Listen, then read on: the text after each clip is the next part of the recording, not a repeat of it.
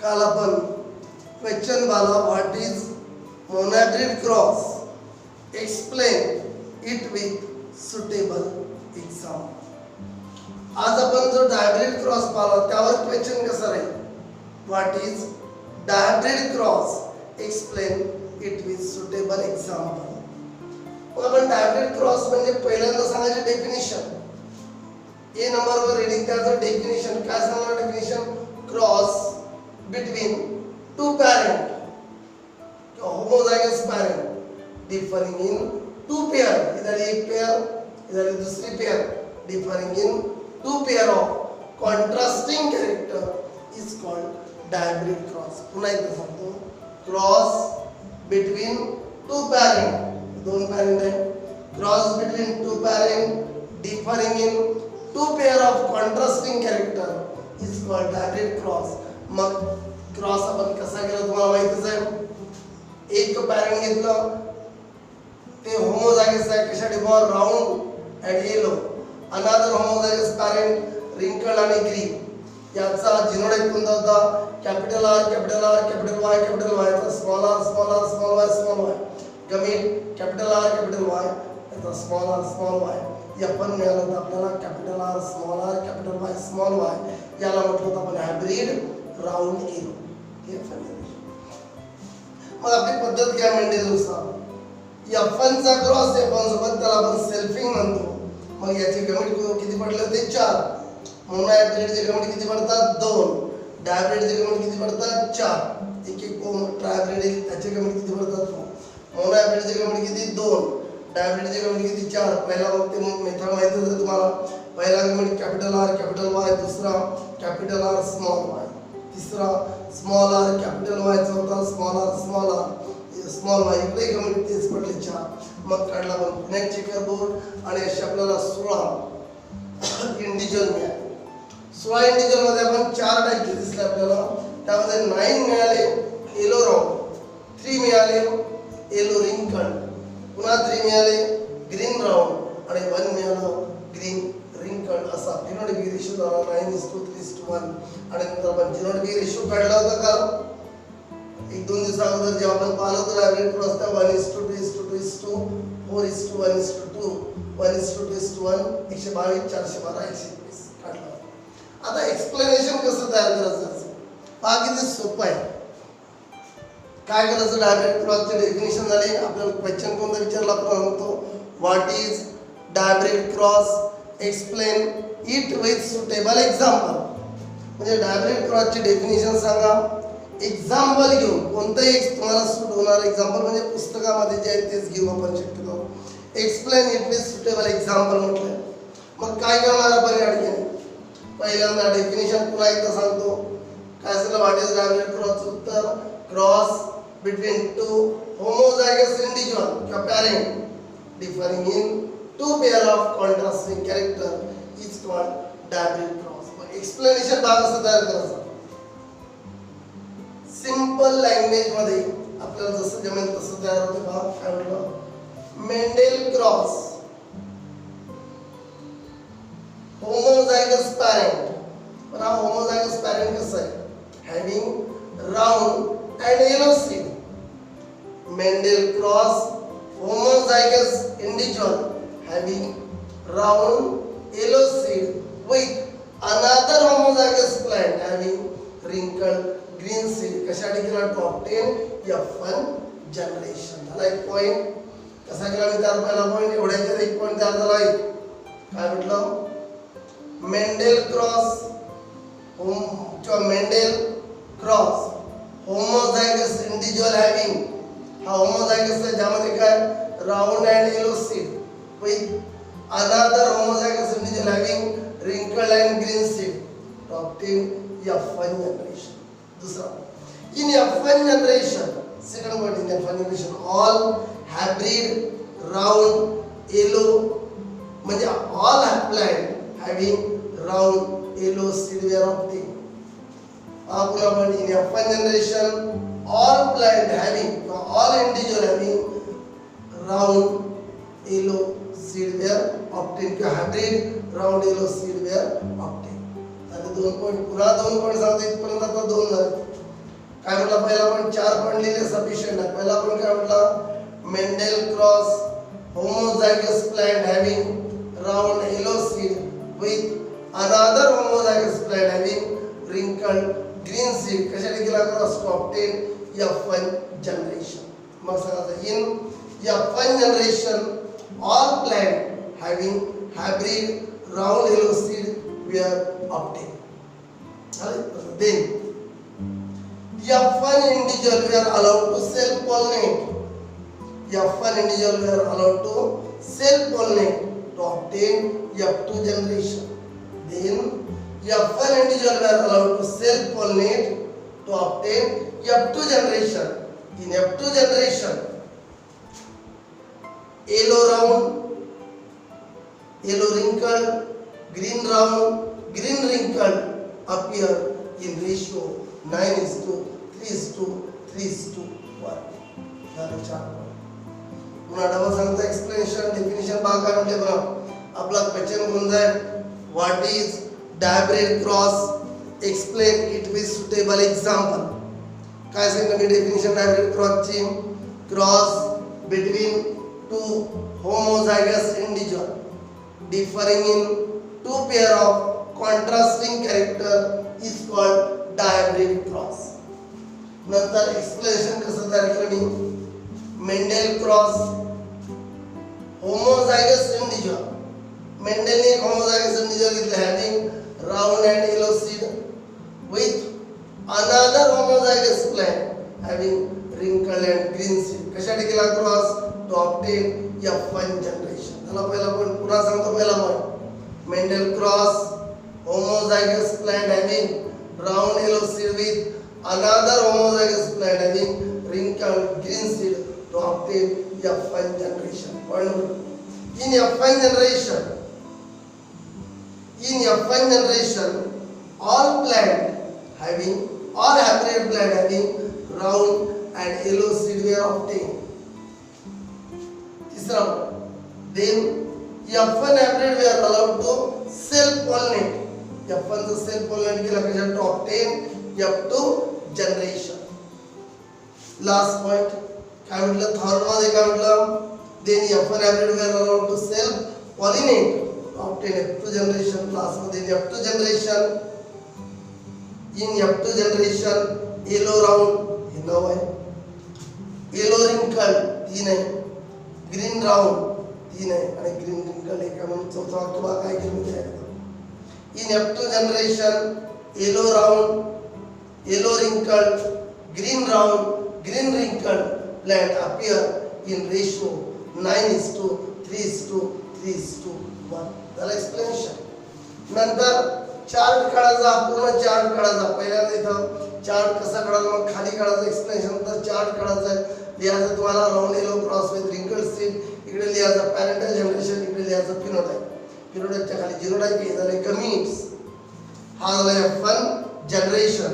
इथे लिहायचं hybrid round yellow, hybrid round yellow, इथे लिहायचं सेल्फिंग और इनब्रीडिंग, इकडे गमीट, इकडे गमीट. डायरेक्ट टेबल म्हणजे चार्ट काढायचा पुणे चेकर बोर्ड, आणि पुणे चेकर बोर्ड काढून झाल्यानंतर खाली लिहायचं dihybrid phenotypic ratio is yellow round 9 खाली, येलो रिंकल खाली 3:2, पुन्हा 2 ग्रीन राऊंड 3, ग्रीन रिंकल 1, म्हणजे ऑटोमॅटिक रेशिओ तयार झाला 9:3:3:1. मग लिहायचं डायब्रिड फिनोटाइपिक रेशिओ इज 122, 412, 121 होता. देत जायचं आणि काढून दाखवायची गरज नाही. बरोबर आहे, तुम्हाला डायरेक्ट हे रेशिओ लिहायचे. आणि अशा प्रकारे हा टॉपिक आपला पूर्ण एक टॉपिक म्हणजे या ठिकाणी मोनोहायब्रिड क्रॉसचं पूर्ण एक्सप्लेनेशन, हायब्रिड क्रॉसचं पूर्ण एक्सप्लेनेशन संपलेलं आहे. म्हणजे धड्यामध्ये आपण काय शिकलो,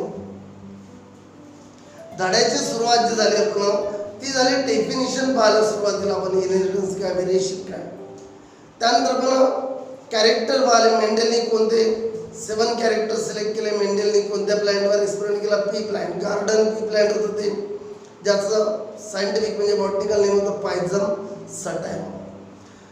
त्यानंतर आपण सांगितलं की मेंडेलने जो क्रॉस केला त्या क्रॉसवरून, मोनोहायब्रिड क्रॉसवरून आपण टर्मिनॉलॉजी तयार केली.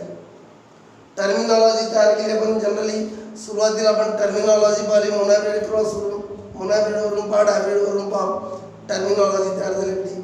नंतर ज्या काही डेफिनेशन सुटल्या तर त्या आपण काल घेतल्या असतात, सगळ्या कम्प्लीट झालं. त्यानंतर आपण शिकलो मोनोहायब्रिड क्रॉस आणि डायब्रिड क्रॉस. म्हणजे यावर विचारण्याजोगते दोन क्वेश्चन आहे पुन्हा, की व्हॉट इज मोनोहायब्रिड क्रॉस किंवा डायब्रिड क्रॉस आणि explain it with suitable example.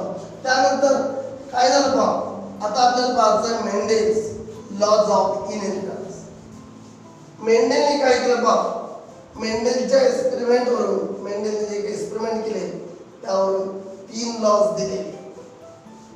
आता 3 लॉजचे हे कोणत्या बेसवर आहे, कोणते लॉज आहेत ते 3.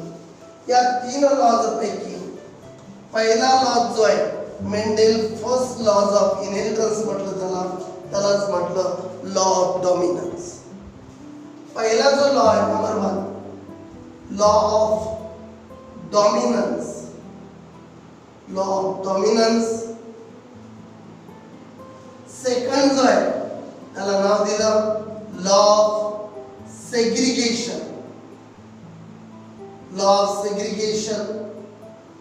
तिसरा जो आहे तो law of independent assortment, independent assortment. असे मेंडेलचे 3 लॉ आहेत. कोणते 3 लॉ मेंडेलचे? पहिला म्हटलं लॉ ऑफ डॉमिनन्स, दुसरा लॉ ऑफ सेग्रिगेशन, तिसरा law of independent assortment. Out of this 3 laws, first two law means law of dominance and law of segregation based on monohybrid cross. पहिले 2 law जे monohybrid क्रॉसच्या बेसवर आहे आणि law of independent assortment हा डायहायब्रिड क्रॉसच्या बेसवर आहे, डायहायब्रिड क्रॉसच्या बेसवर. बात मी काय सांगितलं, मेंडेलचे लॉज किती आहेत? 3 लॉ महत्त्वाचे. पहिला कोणता म्हटलं लॉ ऑफ डॉमिनन्स, दुसरा लॉ ऑफ सेग्रिगेशन. हे 2 लॉ कोणत्या बेसवर आहे? Monohybrid cross. म्हणजे हे 2 लॉ एक्सप्लेन करताना आपल्याला एक्झाम्पल कोणाचं घ्यावं लागेल? Monohybrid cross. तिसरा लॉ म्हणजे लॉ ऑफ इंडिपेंडंट असॉर्टमेंट. हा एक्सप्लेन करताना आपल्याला एक्झाम्पल घ्यावं लागेल, डायहायब्रिड क्रॉसचं एक्झाम्पल घ्यावं लागेल. आता पहिल्यांदा विचार करू आपण law of dominance, law of dominance.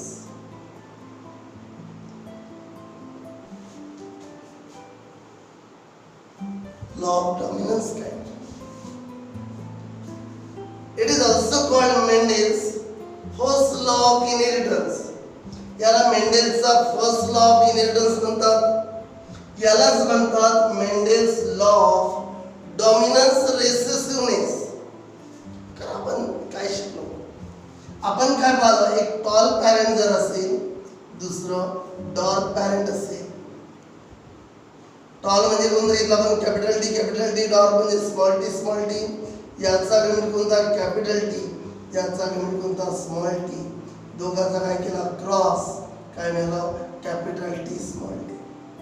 Hybrid tall, hybrid tall मिळालं. आणि घेतला आपण F1 जनरेशन. झालं, हे संपलं example laws. Law of dominance. Law of डॉमिनन्सचं म्हणणं काय? when 2 homozygous individual, हे 2 homozygous individual आहे, हा homozygous टॉल आहे, हा homozygous डॉर्क आहे. when 2 homozygous individual differing in single pair of contrasting character are cross. 2 homozygous individual आहे जे डिफर आहे, single pair of contrasting character, then only one character appear in F1 generation. पहा F1 मध्ये cross करताना एक parent कोणता होता? Tall. दुसरा कोणता होता? डॉर्क. पण F1 मध्ये काय मिळालं? फक्त टॉल. ओनली वन कॅरेक्टर काय झाला? Appear. Character which appear in F1 generation is called dominant character and character which is suppressed in F1 is called recessive character. आणि म्हणून त्याला म्हटलं लॉ ऑफ डॉमिनन्स. आणि एवढंच एक्झाम्पल द्यायचं. पुन्हा आपण लॉ ऑफ डॉमिनन्सचं म्हणणं काय जे आपण आधीच शिकलोय. लॉ ऑफ डॉमिनन्सचं म्हणणं काय? when 2 homozygous individual. आहे दोन homozygous individual. कशा homozygous individual? Differing in single pair of contrasting character का? Because law of dominance based on monohybrid cross. When two homozygous individual differing in single pair of contrasting character are cross, then only one character appear in F1 generation. दोन homozygous individuals जर cross केला differing in one pair मध्ये फक्त एकच character tall आणि डॉगचा cross केला, टॉलच मिळाला, एकच कॅरेक्टर अपियर होते कुठेही F1 जनरेशन. आणि जे अपियर झालं त्याला म्हटलं डॉमिनंट कॅरेक्टर, आणि जे सपरेट झालं त्याला म्हटलं रिसेसिव्ह कॅरेक्टर. त्याला काय म्हटलं? Recessive character. कारण आणि हा law of dominance. Law of dominance बद्दल बोलताना काय करावं लागेल? 2 मार्काला विचारते लॉ ऑफ डॉमिनन्स. काय विचारेल? Explain law of dominance with suitable example.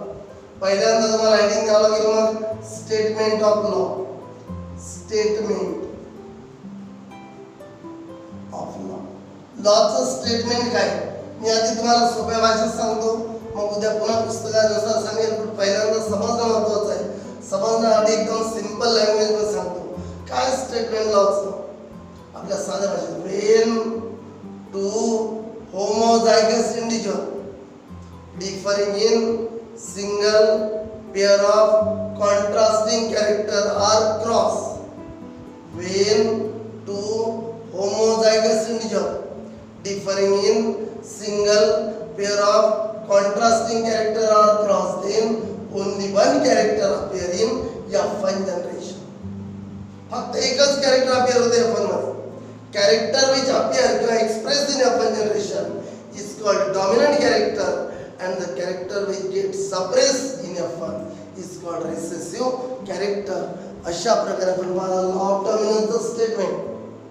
मग याचं एक्सप्लेनेशन काय देऊ आपण? when homozygous tall plant cross with homozygous dwarf plant. कशासाठी? to obtain F1 generation. In F1 generation all plant were hybrid tall. काय म्हटलं पुन्हा? homozygous tall plant cross with homozygous dwarf plant to obtain F1 generation. Second, in F1 generation all hybrid tall plant were appear. As tallness expresses itself in F1 generation, it is called dominant character, and darkness suppressed in F1 generation, it is called recessive character. आणि मग हा 4 काढायचा, एक परत झाले 2 mark. आलं का लक्षात? अशा प्रकारे हा झाला लॉ ऑफ डॉमिनन्स. पुन्हा सांगतो मी, मेंडेलचे आपल्याला 3 लॉज पाहिजे. पहिला लॉ ऑफ डॉमिनन्स, दुसरा लॉ ऑफ सेग्रिगेशन, तिसरा लॉ ऑफ इंडिपेंडंट असॉर्टमेंट. तीनही लॉज इम्पॉर्टंट आहे. लॉ ऑफ डॉमिनन्स आणि लॉ ऑफ सेग्रिगेशन कोणत्या बेसवर आहे? Monohybrid cross. Law of independent assortment कोणत्या बेसवर आहे? Dihybrid cross. याचा अर्थ हे 2 लॉ पाहताना आपल्याला कोणताच एक्झाम्पल घ्यावं लागेल? मोनोहायब्रिडचं. पहिल्यांदा मला आपण लॉ ऑफ डॉमिनन्स काय स्टेटमेंट सांगितलं? When two homozygous individual differing in single pair of contrasting character are crossed, then only one character appear in F1 generation. एकच appear झालं ना टॉल. Character which appear किंवा expressed in F1 generation is called dominant character, and character which remains suppressed in F1 is called recessive character. मग explanation काय दिलं? homozygous tall pea plant cross with homozygous dwarf pea plant to obtain F1 generation. किती सोपं आहे? इथूनच तयार करायला लागेल. homozygous tall pea plant cross with homozygous dwarf pea plant to obtain F1 generation. दूसरा, in F1 generation all plant with hybrid plant with capital T small t were obtained. As the tallness expressed itself in F1 generation, it is called dominant character, and darkness suppressed in F1, it is called recessive character. आणि एवढं आपल्याला काय द्यायचं आहे की तुम्हाला एवढा chart काढायचा आहे. अशा प्रकारे आपला लॉ ऑफ डॉमिनन्स संपला. आता उद्याला आपण लॉ ऑफ सेग्रिगेशन, पुन्हा लॉ ऑफ डॉमिनन्स एकदा स्टेटमेंट ओपन ते मी तुम्हाला साध्या भाषेत सांगितलं. उद्या बोर्डच्या पुस्तकात थोडं किचकट असते त्यात, पण तरी त्यानुसार सांगेल की समजण्यासाठी सांगितलं. उद्या आपण law of dominance, law of segregation, 2 law आणि थोडं आपण पाहणार लॉ ऑफ इंडिपेंडंट असॉर्टमेंट. आलं की लक्षात? आता बाकीचं आपण उद्या